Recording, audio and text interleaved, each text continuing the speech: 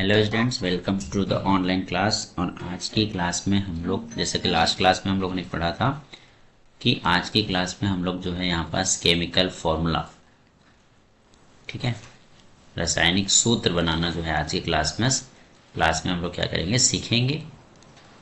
और रासायनिक सूत्र बनाने के साथ साथ हम लोग कुछ और आगे के टॉपिक्स भी इसी लेक्चर में करने वाले हैं, ठीक है। आई होप आप लोगों को सारे लेक्चर समझ में आ रहे होंगे, तो अच्छे से आप लोग साथ में पढ़ते चलेंगे, ठीक है। तो आज की क्लास में हम लोग रासायनिक सूत्र बनाना तो सीखेंगे, लेकिन रासायनिक सूत्र बनाना सीखने के लिए आप लोगों को सबसे पहले ये जो टेबल यहाँ पर दिया हुआ है, ये वाला, ये टेबल आप लोगों को अच्छे से याद करना है, ठीक है। क्या करना है? याद। अब इसके पीछे भी एक कॉन्सेप्ट होता है, लेकिन आई थिंक सो कि अभी हम लोगों को उस कॉन्सेप्ट के पीछे नहीं भागना है, ठीक है। अगर आप लोग ग्रुप बना के इसको याद करोगे तो देख सकते हो यहाँ पास कितने ग्रुप हैं हमारे पास, 1 2 3 ग्रुप हैं। ये पॉजिटिव वाले, प्लस वाले आयन के। उसके बाद ये आपके माइनस वाले, इनको अलग कर लेते हैं। यहाँ पास एक ग्रुप ये हो गया 4, ये 5वां ग्रुप हो जाएगा, और इधर आपका ये 6वां, और ये सारे हो जाएंगे 7। अब इनको भी हमको याद नहीं करना, रटना नहीं है हम लोगों को। ये जितना ज़्यादा आप लोग यूज करोगे उतना ज़्यादा आप लोगों को याद हो जाएगा, ठीक है। अब कुछ बेसिक चीज़ जो इसको समझने से पहले आप लोगों को समझनी चाहिए वो ये है कि अगर आपको फॉर्मूला लिखना है किसी का भी, ठीक है, तो कोई भी फॉर्मूला जब बनता है तो एक प्लस आयन से बनता है और एक किससे बनता है? माइनस आयन से। तो मैं लिख देता हूँ यहाँ पे प्लस एक्स और यहाँ पे मान लो माइनस वाई। हमेशा याद रखना, जो प्लस वाला है वो पहले लिखा होता है और माइनस वाला बाद में, ठीक है। अब ये आयन्स है हमारे पास, इसको अपन क्या बोलते हैं? धन आयन, पॉजिटिव आयन। और ये होता है आपका ऋण आयन, जिसके पावर में माइनस चार्ज रहेगा वो ऋण आयन है ना, नेगेटिव आयन। और ये क्या हो गया? Positive ion.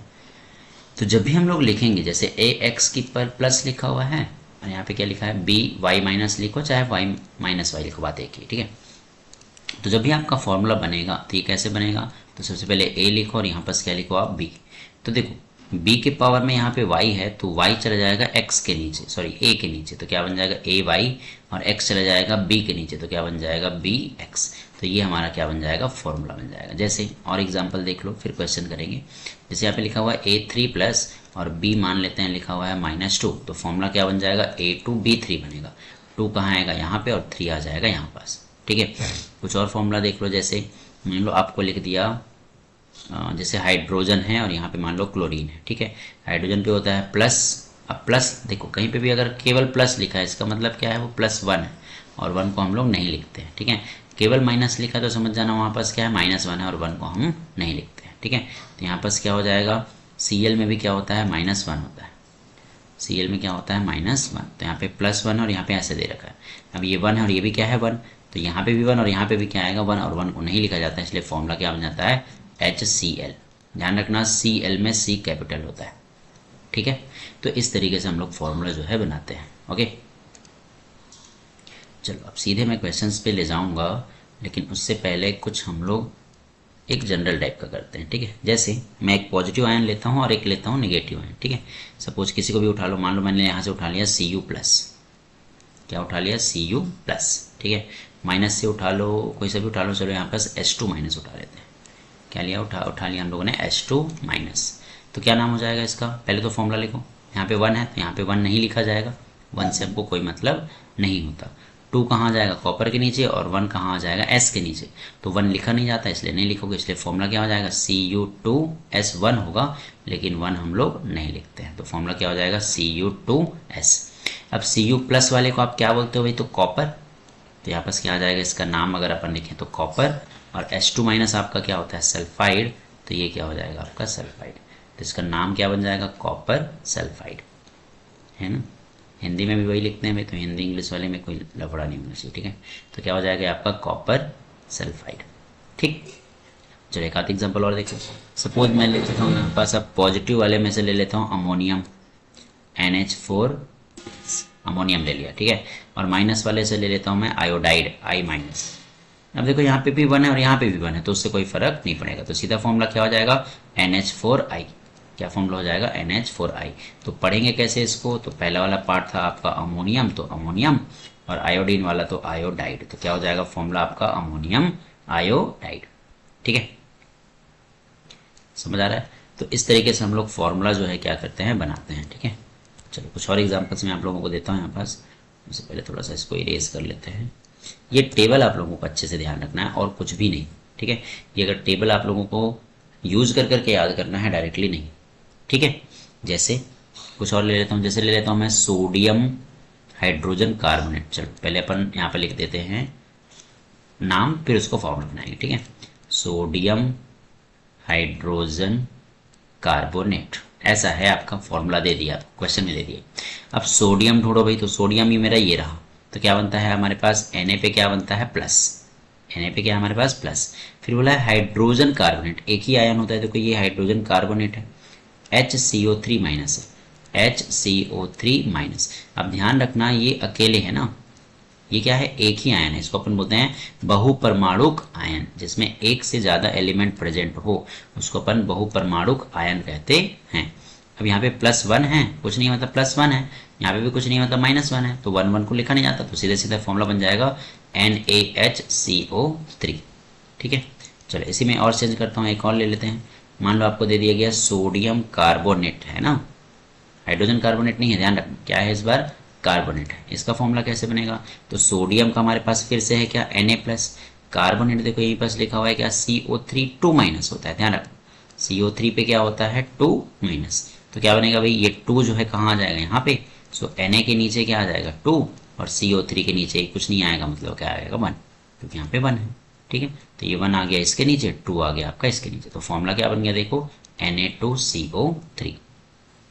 ठीक, चलो और करते हैं क्वेश्चंस, ये सब आप लोग नोट करते जाना। ठीक है, चलो सपोज अपने को बोल दिया गया, जैसे मान लो आपको बोल दिया गया कि भाई आप फॉर्मूला लिखो जिंक ऑक्साइड का, किसका फॉर्मूला लिखना है, जिंक ऑक्साइड का। ठीक है, समझना इस तरीके का कॉन्सेप्ट को भी समझना। जैसे जिंक, अगर आप जिंक ध्यान से देखो तो जिंक हमारे पास क्या है Zn2+, जिंक का फॉर्मूला क्या है Zn2+, ऑक्साइड क्या होता है O2-। ठीक, अब ध्यान रखना जब सेम चार्जेस होते हैं तो वहां पे कोई भी चार्ज नहीं आता है, वो एक दूसरे को क्या कर देंगे, कैंसिल आउट कर देंगे, तो सीधा सीधा वो ZnO बना लेगा। क्या बना लेगा, ZnO। चलो एक और करते हैं, जैसे आ गया आपका एल्यूमिनियम नाइट्राइड, ध्यान रखना नाइट्राइड लिखा हुआ है ना, तो एल्यूमिनियम क्या होता है हमारे पास Al3+, क्या होता है Al3+, नाइट्राइड क्या होता है आपका N3-, नाइट्राइड क्या होता है N3-, तो 3 आपका कैंसिल आउट हो जाएगा, सो फॉर्मूला सीधा सीधा क्या बन जाएगा Aln बन जाएगा। क्या बन जाएगा Aln। चलो एक और देखते हैं, मान लो आ गया आपके पास एल्यूमिनियम ऑक्साइड, क्या आ गया एल्यूमिनियम ऑक्साइड। इस केस में क्या होगा, तो एल्यूमिनियम हमको पता चल गया Al3+, ऑक्साइड हमको पता चल गया O2-, है ना, तो 2 कहाँ आ जाएगा यहाँ पे और 3 कहाँ आ जाएगा यहाँ पे, तो फॉर्मूला क्या बन जाएगा Al2O3। क्या बन जाएगा फॉर्मूला हमारा Al2O3।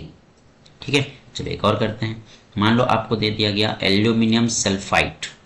ठीक है, देखना एल्यूमिनियम सल्फाइड है इस बार ना,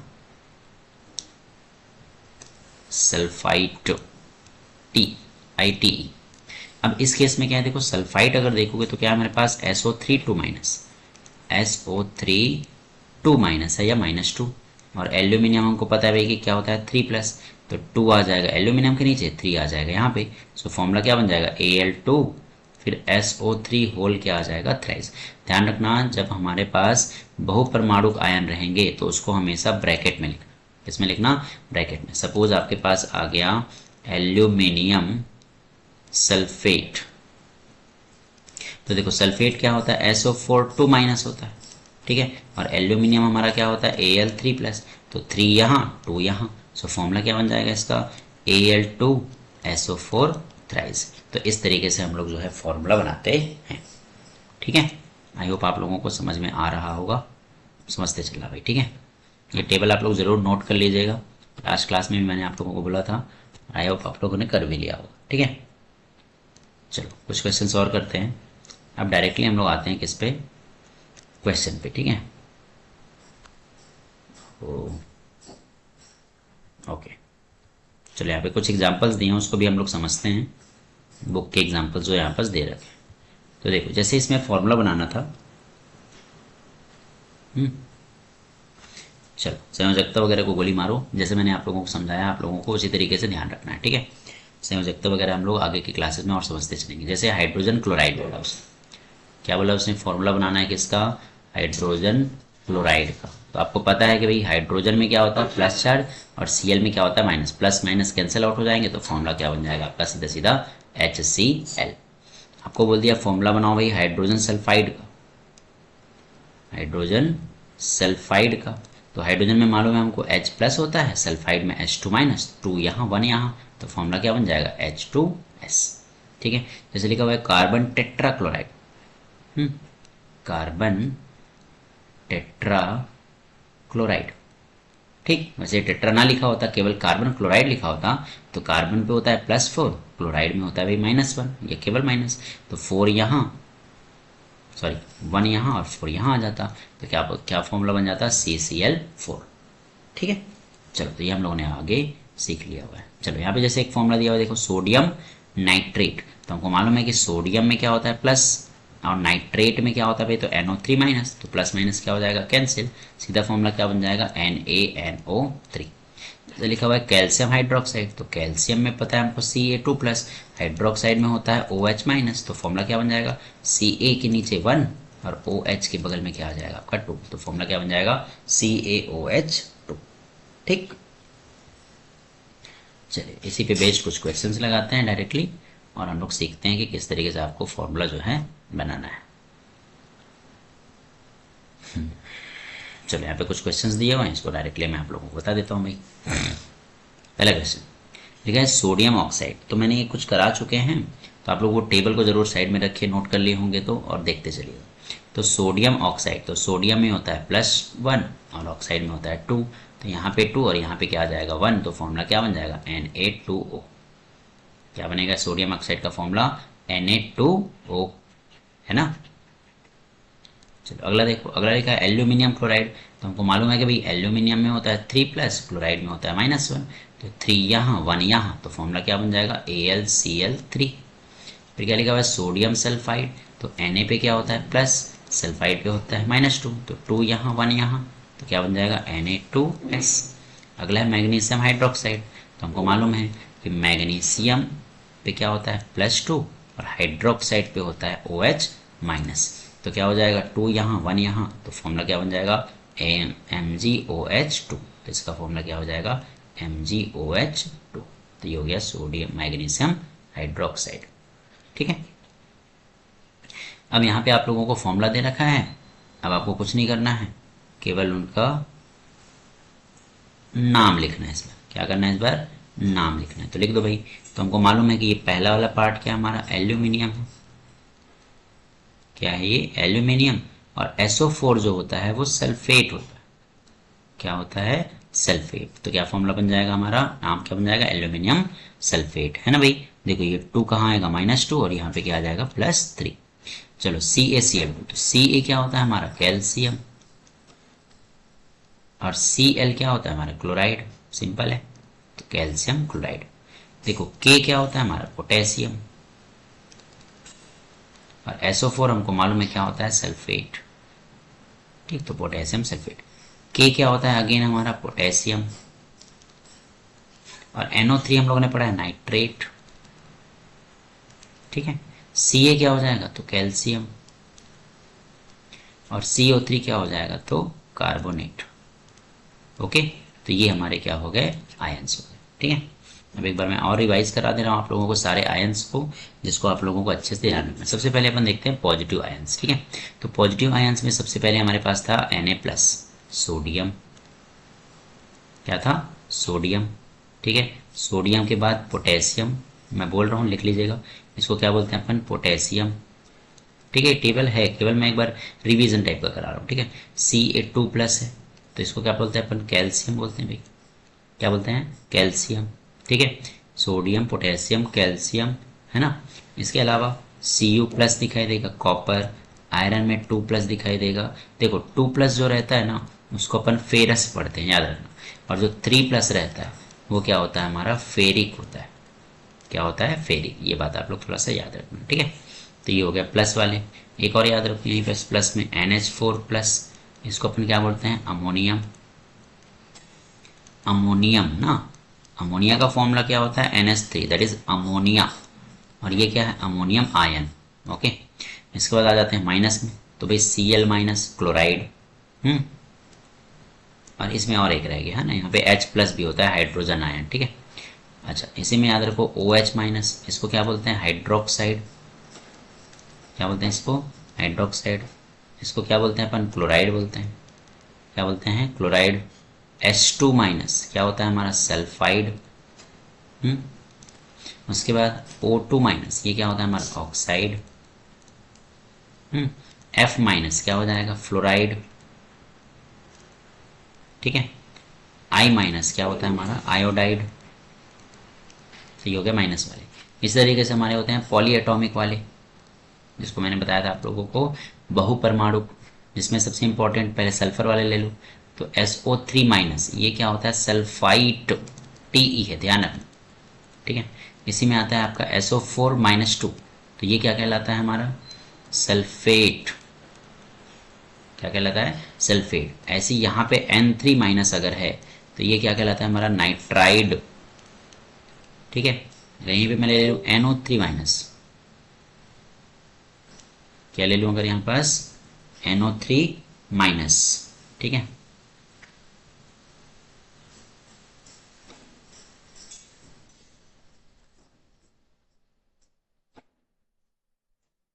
एक सेकेंड हाँ,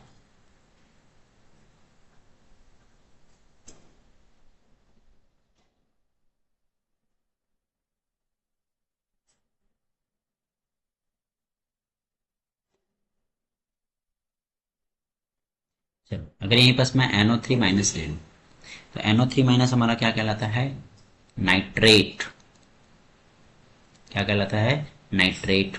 अगर यहीं पास NO2 माइनस ले ले, तो यही क्या कहलाता है हमारा नाइट्राइट कहलाता है, ठीक।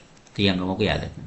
इसी में याद रखो आप HCO3 माइनस ये क्या कहलाता है हमारा हाइड्रोजन कार्बोनेट, याद रखो क्या कहलाता है ये हमारा हाइड्रोजन कार्बोनेट।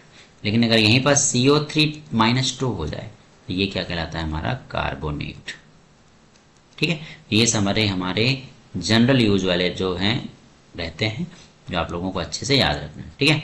और 2-4 बार अगर आप बनाओगे फॉर्मूला तो आराम से आप लोगों को याद भी हो जाएगा, ठीक है। कोई टफ तो है नहीं कि नहीं याद होने वाला है, बहुत आसान है जो आसानी से आप लोगों को याद भी हो जाएगा, ठीक है। चलो कुछ क्वेश्चंस और होंगे तो करते हैं, नहीं तो आगे बढ़ते हैं, ठीक है। चलो कुछ क्वेश्चंस और हैं शायद, मुझे जहाँ तक यहाँ पे से याद आ रहा है, हाँ। जैसे यहाँ पर लिखा हुआ है, इसको बस देखो आप लोग, फॉर्मूले से हमको मतलब है, आगे किसी से नहीं।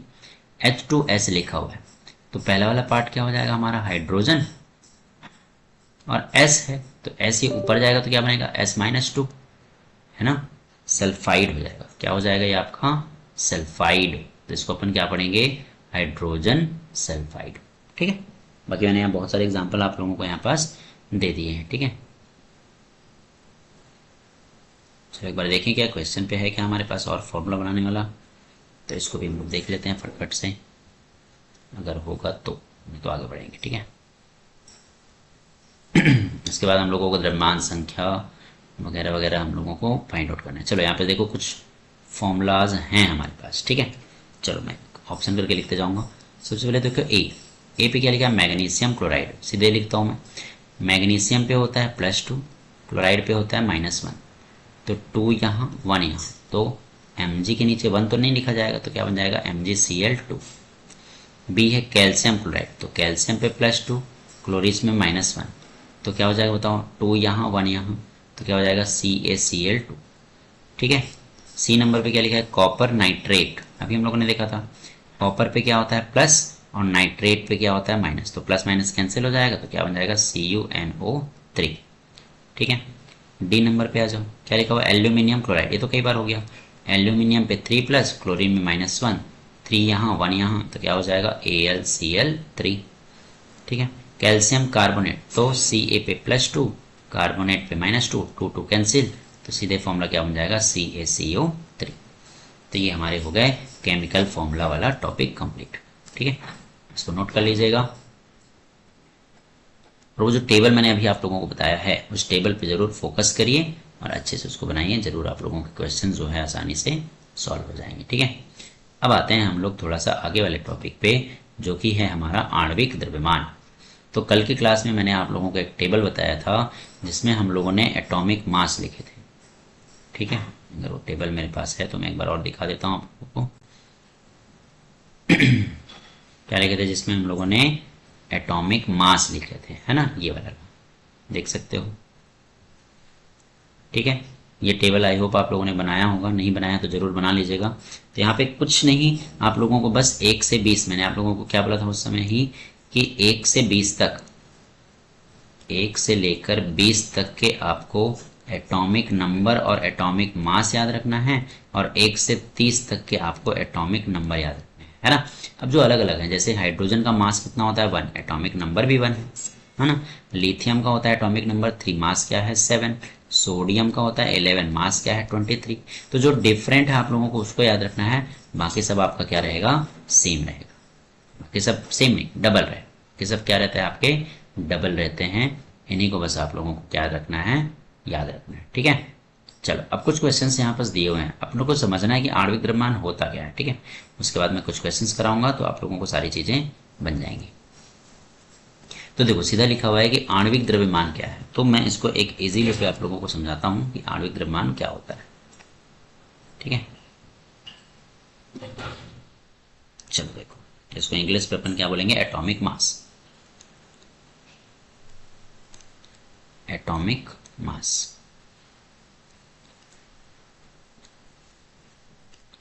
आणविक द्रव्यमान या अणु द्रव्यमान भी आप कह सकते हो। ठीक है, आणविक द्रव्यमान।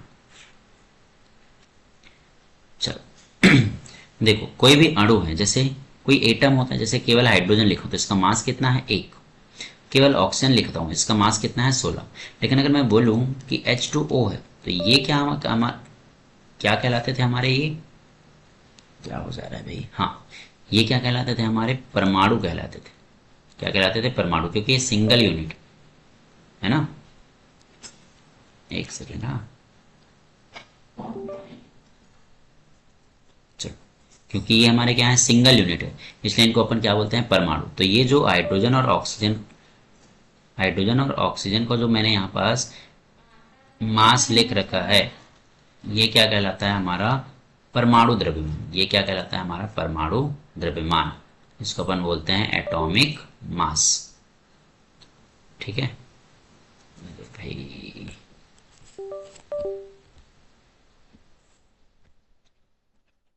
क्या हो गया, एक सेकंड।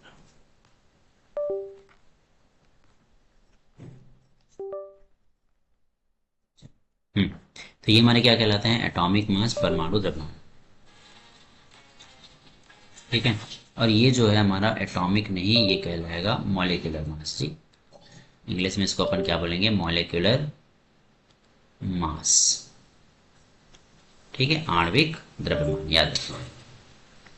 क्यों मिल जा रहा है, एक सेकेंड गाइस।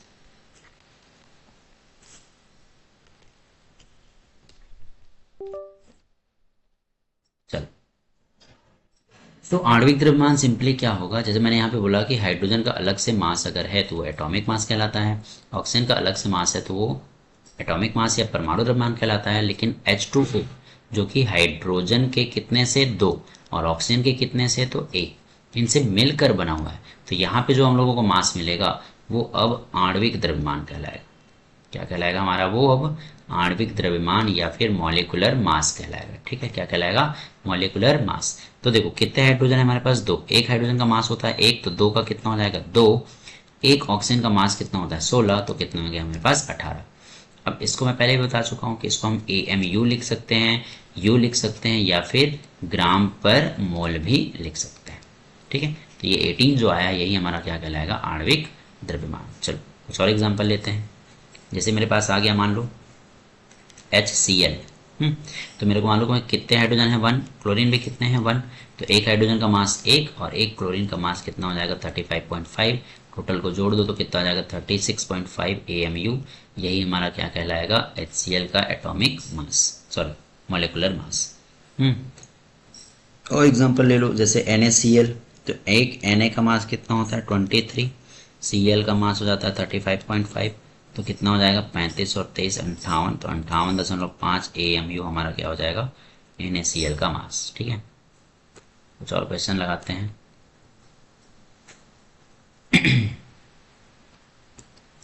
जैसे हमारे पास दिया हुआ है CO2 कार्बन डाइऑक्साइड, अगर इसका मास चाहिए तो कार्बन हमारे पास कितना है 1 और ऑक्सीजन कितने हमारे पास 2, तो 1 कार्बन प्लस 2 ऑक्सीजन, 1 कार्बन का मास होता है 12, ठीक है, 1 ऑक्सीजन का मास कितना होता है 16, तो 2 है यहाँ पास तो डबल कर देंगे, सो 12 प्लस 32 कितना आ जाएगा हमारे पास 44 AMU। तो 44 किसका मास हो जाता है हमारे पास CO2 कार्बन डाइऑक्साइड का। ऐसे निकालते हैं NH3 का, सो एक नाइट्रोजन का मास 14, 3 हाइड्रोजन है तो कितना हो जाएगा 3, तो कितना आ जाएगा हमारे पास 17 AMU। ठीक है, इसी तरीके से अगर अपने को निकालना है मान लो NH4Cl का, सो एक N है तो 14, 4 हाइड्रोजन है तो 4, एक क्लोरीन है तो 35.5, तो 14 और 4 18, 18 5 23 और 23 में 30 जोड़ दो तो आ जाएगा 53.5 AMU। ठीक है, ऐसे अगर अपने को निकालना है कैल्शियम कार्बोनेट का, ठीक है, सो कैल्शियम का मास कितना होता है 40, कार्बन का मास हो जाएगा 12, एक ऑक्सीजन का मास होता है 16, तो 3 का हो जाएगा 48, टोटल जोड़ दोगे तो कितना आ जाएगा 100 AMU। ऐसे मान लो अगर अपने को निकालना है Na2CO3 का, तो 2 सोडियम है इस बार, तो 2 गुणित कितना हो जाएगा 23, एक कार्बन है तो आ जाएगा 12, 3 ऑक्सीजन है तो आ जाएगा 3 गुणित 16, तो 23 दूनी 46 धन 12 धन 48, तो 48 12 60 और 46 कितना हो जाएगा 106 AMU। तो इस तरीके से हम लोग जो है आणविक द्रव्यमान की गणना कर सकते हैं। ठीक है, चलो और क्वेश्चंस देखते हैं यहाँ पर जो दिया हुआ है। जैसे H2O का तो हम लोगों ने निकाल लिया 18 होता है ना, इस तरीके से यहाँ से HNO3 दिया हुआ है तो उसका निकाल के देख, सो HNO3 है, सो H का कितना हो जाएगा एक नाइट्रोजन है तो कितना हो जाएगा 14, 3 ऑक्सीजन है तो 3 गुणित 16, तो 14 और 1 हो गया 15, 15 और 48 कितना हो जाएगा आपके पास 63 AMU। इस तरीके से हम लोग HNO3 क्या होता है तो याद रखना नाइट्रिक एसिड, नाइट्रिक अम्ल। ठीक है, तो इस तरीके से हम लोग जो है आणविक द्रव्यमान की परिकलन कीजिए बोला था, आणविक द्रव्यमान हम लोग कैलकुलेट कर लिए। ठीक है, चलो आगे बढ़ते हैं। यहाँ पे भी देख सकते हो CaCl2 का निकालना, निकालो भाई, तो CaCl2, तो Ca का कितना हो जाएगा 40 धन क्लोरीन कितना है 2, एक क्लोरीन का मास होता है 35.5, तो 2 क्लोरीन का कितना हो जाएगा 71 धन हो जाएगा 40, 40 में 71 जोड़ दोगे तो आ जाएगा 111, ये हमारा आंसर हो जाएगा AMU या फिर U में। ठीक है, चलो कुछ और क्वेश्चंस करते हैं यहाँ पास। सबसे पहले दिया हुआ है आपको H2, तो एक हाइड्रोजन का 1 होगा तो 2 हाइड्रोजन का 2 U या 2 MU हो जाएगा, एक ऑक्सीजन का 16 होता है तो 2 का कितना हो जाएगा 32, एक क्लोरीन का 35.5 तो 2 का कितना हो जाएगा 71, CO2 का हम लोग निकाल चुके हैं, CH4 का निकालो, तो एक कार्बन का 12, 4 हाइड्रोजन का 4 तो आ जाएगा कितना 16, C2H6 का निकालो, तो 2 गुणित क्या हो जाएगा 12 कार्बन है 6 हाइड्रोजन, तो 12 दूनी 24 और 6 कितना हो जाएगा आपके पास 30, C2H4 का निकालो, तो 2 गुणित क्या हो जाएगा 12 धन 4, तो 24 और 4 कितना आ जाएगा 28, NH3 का हम लोगों ने निकाल लिया था 17, CH3OH का निकालो, तो C कितने हैं हमारे पास 1, तो 1 का हो गया 12, हाइड्रोजन यहाँ पे 3 है तो 3, ऑक्सीजन यहाँ पे 1 है तो 16, फिर एक हाइड्रोजन है तो कितना हो गया 1, जोड़ दो 12 3 15 1 16, 16 दूनी 32, ये आपका आंसर आ जाएगा। ठीक है, उसके बाद यहाँ पे कुछ क्वेश्चन और दे रखे हैं, इसको भी निकालते हैं। बोला है ZNO Na2O और K2CrO3, चलो K2CO3 है, तो सबसे पहले हम लोग निकालते हैं ZNO का। ठीक है, ZNO सिंपल है, Zn का मास दे दिया गया है 65 प्लस ऑक्सीजन का मास कितना दे दिया गया है 16, तो 65 6 71 और 10 81 U हमारा आंसर आ जाएगा। सेकंड किसका निकालना है Na2O, तो 2 Na है तो एक Na का मास कितना है 23, तो 2 का कितना हो जाएगा 2 गुणित 23 धन आ जाएगा 16, 23 दूनी 46 और 16 46 धन 16 आ जाएगा 62 U। थर्ड अपने को निकालना है K2CO3। सो K कितना है हमारे पास 2, तो 2 गुणित K का मास कितना दे रखा है 39, प्लस 1 कार्बन है तो आ जाएगा 12, प्लस 3 ऑक्सीजन है तो 3 गुणित क्या हो जाएगा हमारे पास 16। ठीक है, तो 39 दूनी आ जाएगा 78, धन 12 धन 48, तो 48 12 60, और 60 में 70 जोड़े तो 130, और 8 तो 138 U हमारा K2CO3 का क्या आ जाएगा आणविक द्रव्यमान या इकाई द्रव्यमान। ठीक है, चलो तो ये हमारा एक्सरसाइज भी कंप्लीट हो गया है। अब हम लोग कुछ प्रश्नावली कर लेते हैं यहाँ पास।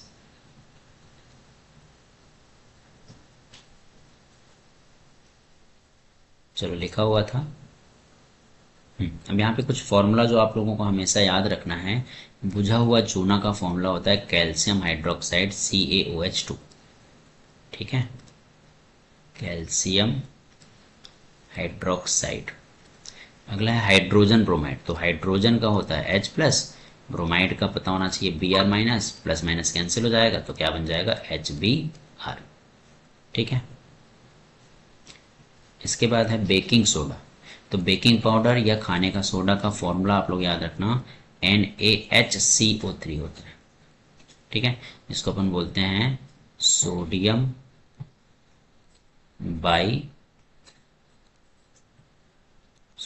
बाई कार्बोनेट, या फिर इसी को सोडियम हाइड्रोजन कार्बोनेट भी कहते हैं। ठीक, अगला है पोटेशियम सल्फेट, तो हमको पता होना चाहिए कि पोटेशियम में होता है K+, सल्फेट में होता है SO4-2, 2 यहाँ 1 यहाँ, सो K2SO4। ठीक, मोलर द्रव्यमान निकालना है तो भाई कार्बन कितने हैं 2, तो 1 कार्बन का 12, 2 कार्बन का 24, प्लस 2 हाइड्रोजन का तो कितना आ जाएगा 26, 1 सल्फर का 32 होता है ना, उसमें 8 का गुणा कर दो तो 8 दूनी 16, 8 तिया 24 और 1 25 आ जाएगा। ठीक है, फास्फोरस का निकालना है तो एक फास्फोरस का देखो दिया हुआ 31, तो 31 इंटू 4 कर दो तो कितना आ जाएगा 124। ठीक, इजी क्वेश्चन है। HCl, तो HCl का कैसे निकालोगे, तो एक H का हो जाएगा 1, प्लस Cl का होता है 35.5, तो टोटल आ जाएगा 36.5। HNO3 निकाल चुके हैं, 1 प्लस 14 प्लस 3 इंटू 16, तो 16 3 48, 1 49, 49 4 53 और 10 63 U हमारा आंसर आ जाएगा। ठीक है, ओके, तो ये था हमारा परमाणु पे बेस्ड सारे क्वेश्चंस जो हम लोगों ने कर लिए हैं। अब अगली वीडियो पे अपन मिलते हैं और अपन पढ़ेंगे क्या वहाँ पास परमाणु संरचनाओं के बारे में। ठीक है, एटॉमिक मॉडल्स। ठीक, आज के लिए बस इतना ही। Thank you.